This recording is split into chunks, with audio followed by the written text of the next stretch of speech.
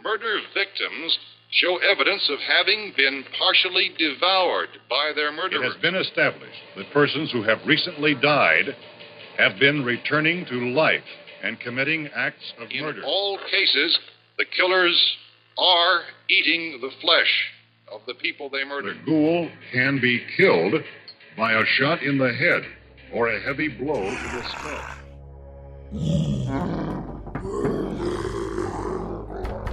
Iwan nyo na ako. Umalis na kayo. Anong gagawin mo, Banjo? Akin na ang kamay mo, Romeo. Hindi. Ayoko. Wala nang ibang paraan. Kailangan natin gawin to. Ayoko. Ayoko na, Banjo. Pagod na ako. Ayoko nang lumaban. Sawang-sawa na ako sa ganitong buhay. Suko na ako. Ayoko na. Romeo, huwag kang magsalita ng ganyan. Ikaw ang pinaghuhugutan namin ng lakas. Huwag mong gawin ang mga bagay na to. Umalis na kayo. Sa bintana kayo dumaan. Ako nang bahala dito. Dalian nyo. Bago pa man siya matapos magsalita, ay umalingaw-ngaw na ang sunod-sunod na putok. Unti-unting nakadama ng panlalamig si Romeo hanggang sa tuluyan na siyang bumuwal. Nakatagilid na ang kanyang paningin mula sa lapag nang matanaw niya ang gigil na mukha ni Marlon. Tangan-tangan nito ang isang kalibre 45. Unti-unti nang nawawala ang kanyang pandinig. Nanlalabo na rin ang kanyang paningin. Kasabay noon ang malakas na pag-agos ng kanyang dugo mula sa nabutas niyang sentido.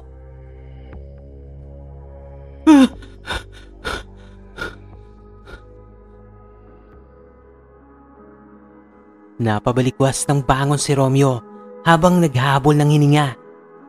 Napatitig sa kanya ang lahat ng tao sa malawak na silid na kanilang kinalalagyan. Romeo! Ayos ka lang ba? Nananaginip ka. Walang ano-ano'y biglang napayakap ang binata kay Ana.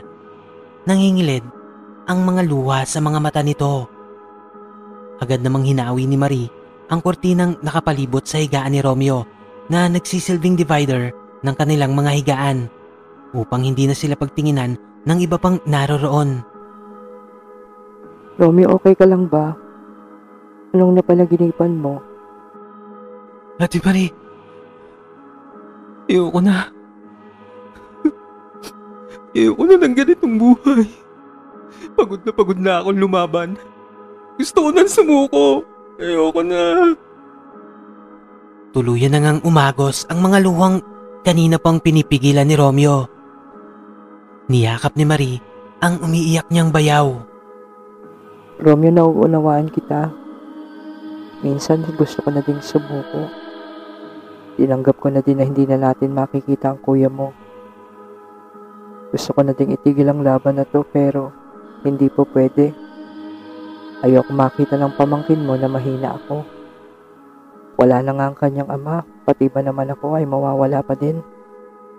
Tama si Ate Marie, Romeo. Malayo-layo na rin ang nilakbay mo. Sigurado kung masaya si Sonia ngayon kung nasan man siya. Kasi nagawa mong makaligtas at makaabot sa lugar na ito. Malulungkot siya kung basta ka nalang susuko. Ikaw na nga ang madalas magsabi, isang pamilya na tayo. Ngayon ka pa ba susuko kung kailan nasa ligtas na lugar na tayo? O Romeo, ano nangyari sa'yo? Namumutla ka. Para kang kinulam. Na-trauma ka siguro, no? Marlon, please lang. Kung wala kang sasabihing mabuting bagay, pwede ba? Manahimik ka na lang? Eto namang si Anaw, laging seryoso. Dapat ngumingiti ka rin minsan. Sayang naman yung kagandahan mo.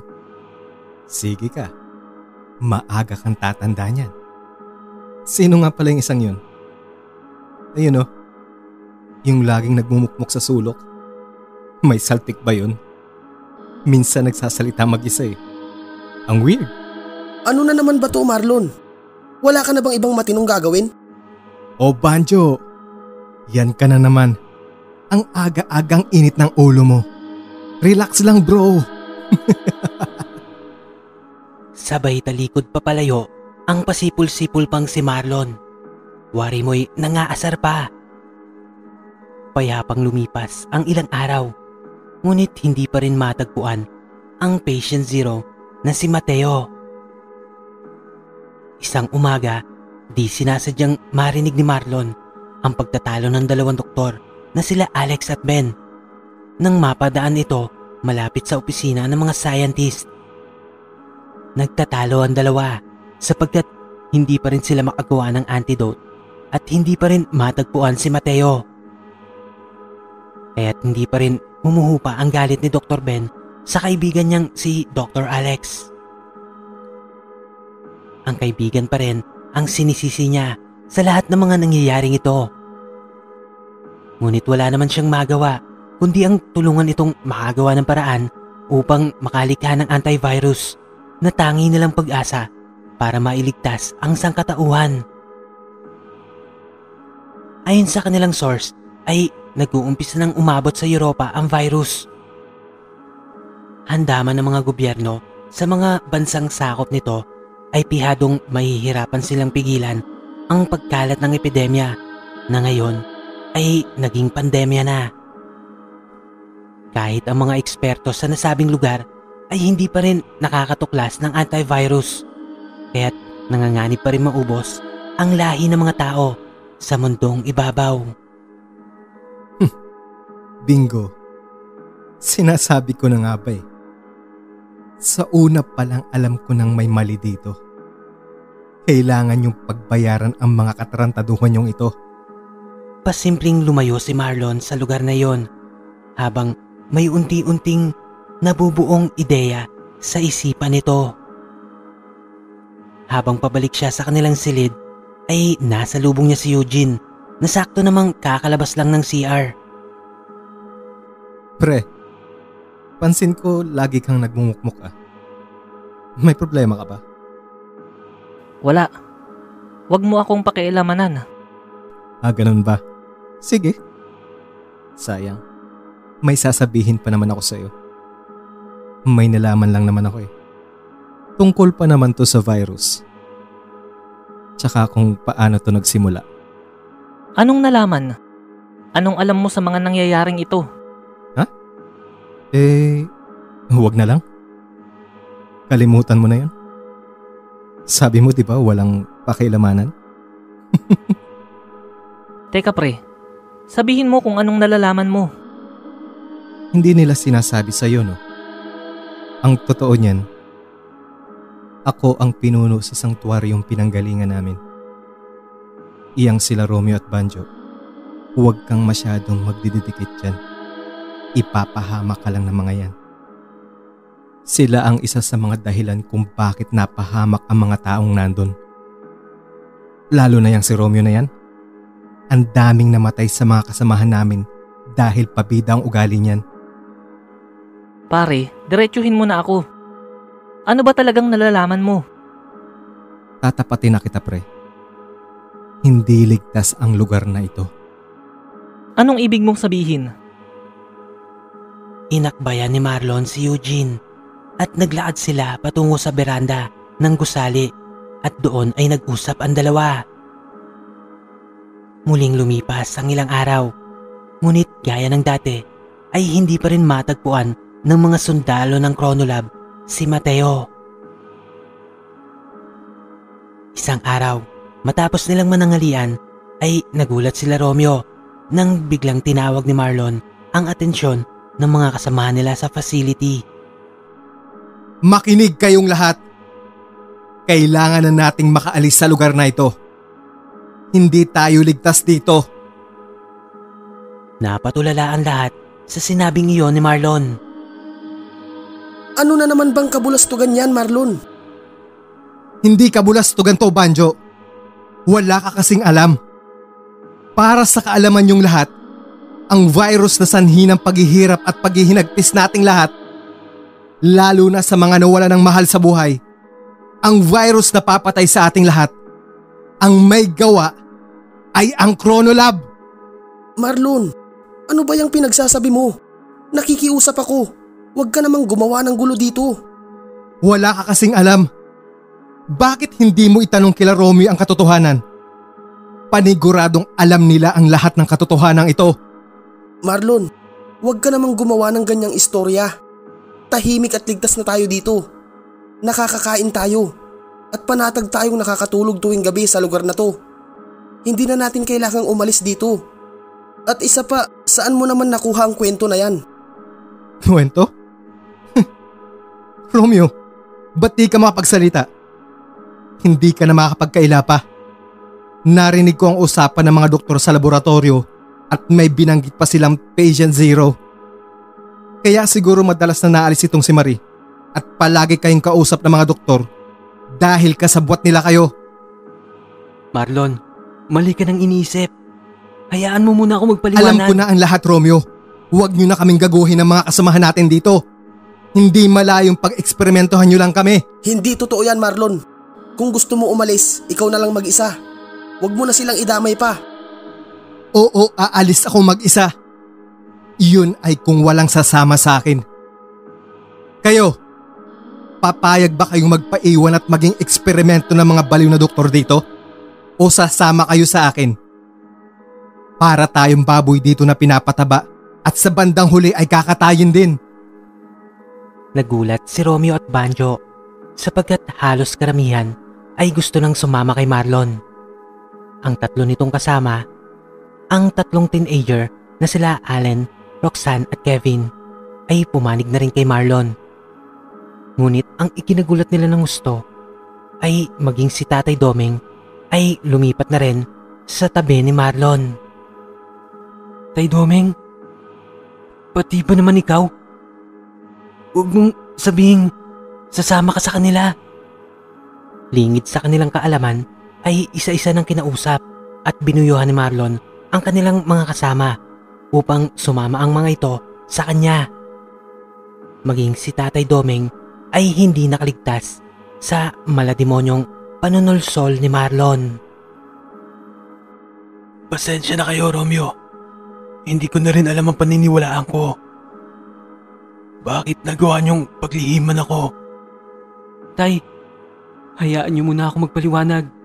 Oo, totoong Chronolab ang may gawa ng virus. Pero gumagawa naman sila ng...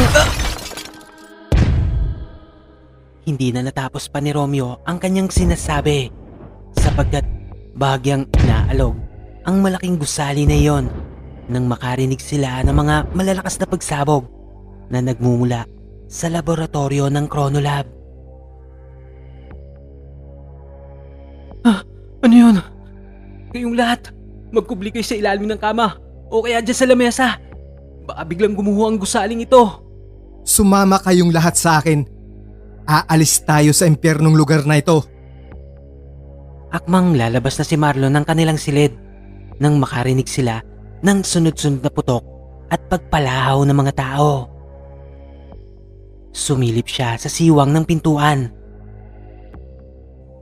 Nanlaki ang mga mata ni Marlon nang makita niya ang ilang sundalo at medical personnel na nilalapa ng mga zombie. Punyeta! Ang bobo mo, Eugene!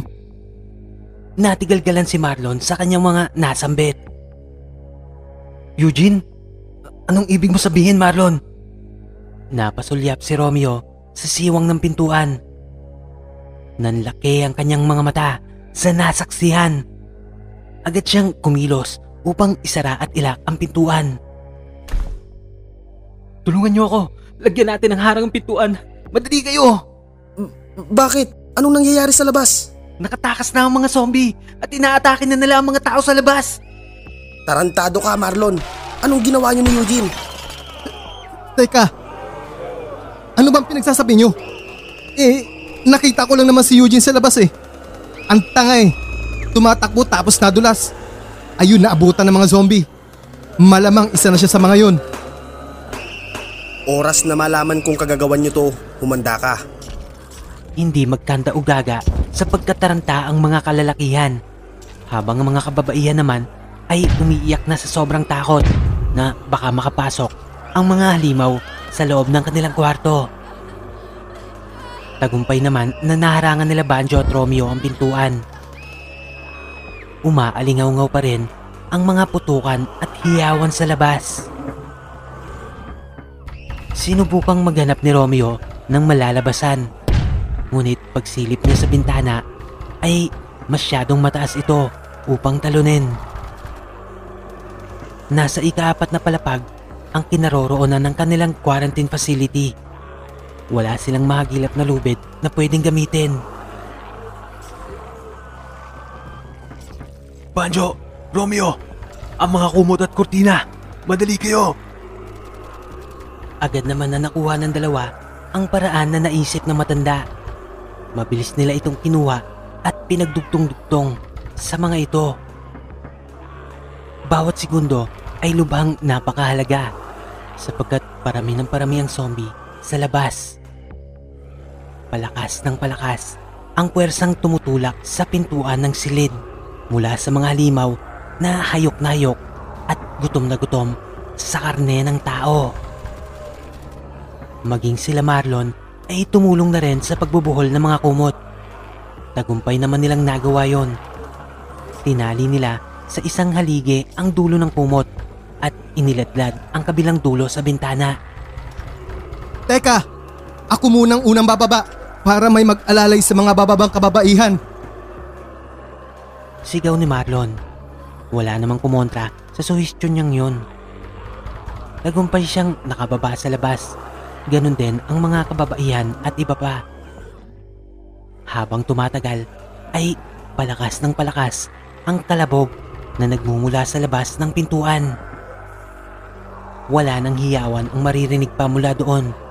Bagkus ay puro angil ng mga nanggigigil na zombie.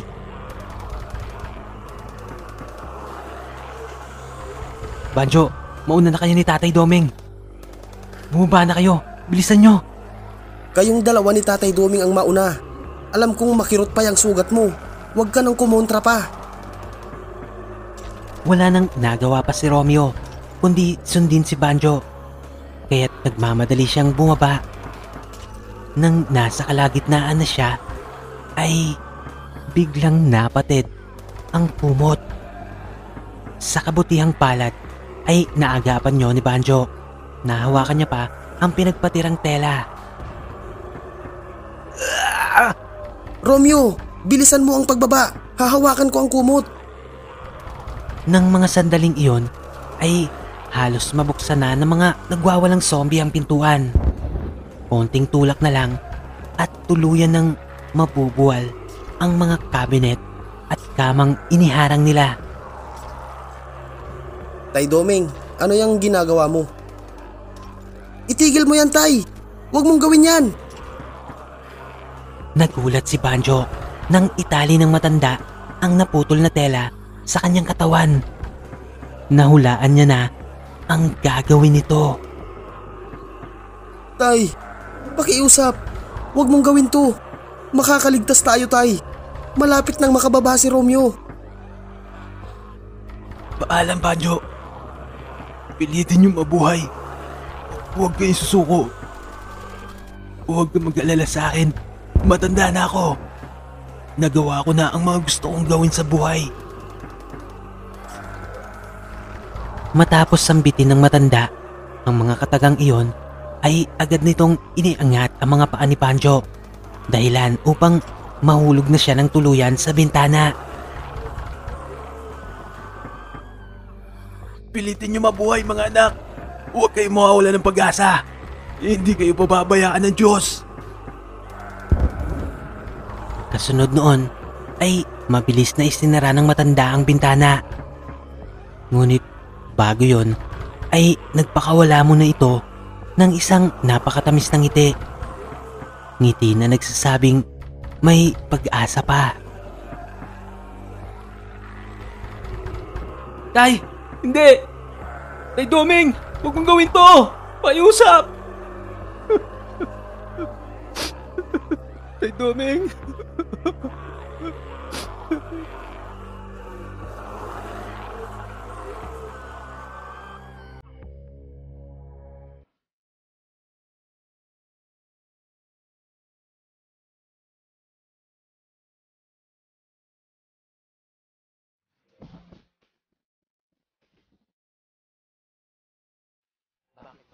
bang pakiramdam ay iba? Di ko mapigilan na, dibdib ko mabaka-baka, kumakapaka, tamandaan di ko makita, tila paghinga at titig ng puso ko'y humihina. Nasaan ka, nasa ba, parang napilayan ng dalawang paanan, nagpabagal sa paglalakbay, taglay ko na liwanag ay tuluyan mo ng tinangay, sabay sa alon ng tubig kung pwede lang magpakangay. Bisigaw, humihiyaw, ngunit walang alingaw, ang kapanglawan nangingibabaw, di wala man lang napukaw. Usok na nakikita, ngunit di nadarama, hangin na yun nadarama, ngunit di mo makita, na parang bang sinaksak sa likod ng bayoneta, at itinulak sa bangin na may piring mga mata, ganyan mo pinatunayan kung sino ka talaga, at di ko inakala na ito'y iyong magagawa.